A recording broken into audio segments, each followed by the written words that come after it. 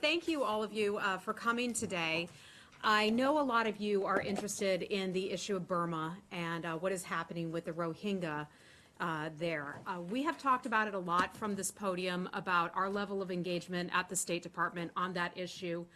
We have been proud to have announced $104 million in 2017 that has gone to both internally and externally displaced people. We've talked quite a bit about the good work that the government of Bangladesh has done in accepting so many of those refugees.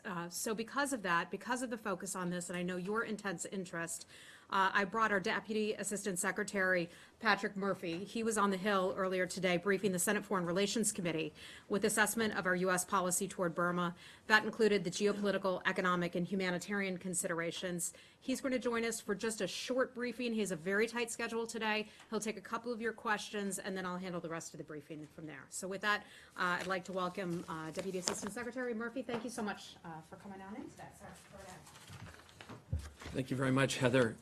Good afternoon, ladies and gentlemen. Indeed, Burma has preoccupied us quite significantly since August 25th, when armed attacks took place on security forces. And the ensuing humanitarian crisis is of epic proportions. Many of the challenges in Burma have preoccupied us for decades, but this current crisis has been quite devastating. I had a very good morning, joined by colleagues from our Refugee Bureau and USAID with the members of the Senate Foreign Relations Committee, as we did a couple of weeks ago with their counterparts on the House side of Congress. Let me give you a few top lines of our discussion today, where we are with regards to our actions, addressing the crisis, and then take your questions. Burma's long struggle defied authoritarian rule to transition to a democratic society. The terrible Rakhine State crisis has exacerbated long-standing suffering of Rohingya and other populations and threatens this peaceful transition, as do other challenges the elected civilian authority inherited just 16 months ago. Our efforts seek to end the violence, support the displaced and their return home, and address the conditions that sparked this colossal population movement. We also want accountability for atrocities. As we announced here last night, we have identified new and ongoing actions to hold responsible those who have committed violence, including the following measures, and let me share them with you. Suspending travel waivers for military leaders, assessing existing authorities to consider options to target individuals responsible for atrocities, finding that all units and officers involved in operations in northern Rakhine State are ineligible for U.S. assistance programs, rescinding invitations for Burmese security leaders to travel to U.S.-sponsored programs, maintaining a long-standing arms embargo, consulting on accountability options at the United Nations, the Human Rights Council, and other venues, and pressing for access for the UN fact-finding mission, a mission that we helped support the establishment of. There is also a need to address long-term causes of instability in Rakhine State. We support Burma in implementing the recommendations of the Kofi Annan Rakhine Advisory Commission to take on underdevelopment, lack of services, access to justice, and a citizenship process for all people in Rakhine State.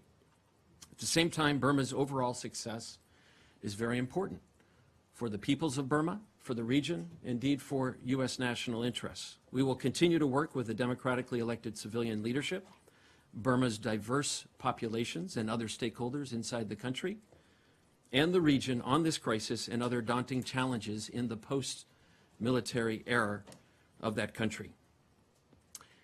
Today, as I said, we testified before the Senate and several weeks ago before the House.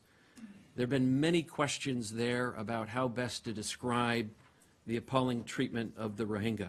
I want to be very clear. We are not shying away from the use of any appropriate terminology.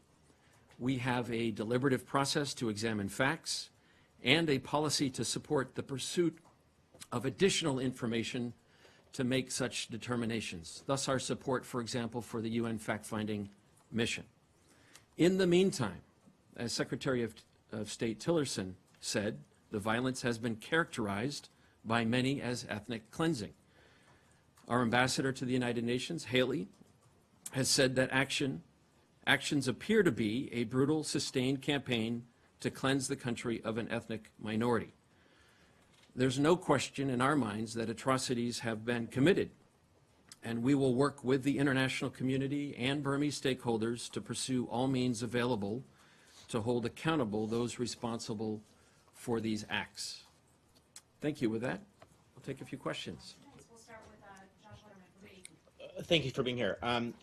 You mentioned the considerations about ethnic cleansing terminology. Are you also considering whether the terms crimes against humanity or genocide are appropriate in this case?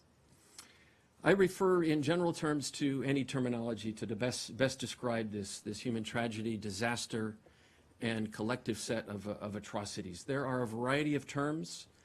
Some of this is legal in assessing the best terminology, so all options are on the table on how best to describe this. In the meantime, I want to emphasize, we're not waiting for any determination on what best to call it to take actions. We see that atrocities have been committed. Accountability is necessary to both end the violence, ensure that responsibility is taken for actions and acts that have been committed, and to forestall future violence in this complicated part of the country. Warren from Reuters. So if the U.S. government does decide to use the words crimes against humanity or genocide, does that cause you to have to take certain policy steps? I remember during the debate over Darfur several years ago, there was a debate about whether to use the term genocide. The U.S. government eventually did, but I don't think it kind of precipitated necessary policy action. You know, I'm actually not the expert on it. I think there's some legal issues involved with what obligations there might be with any particular determination.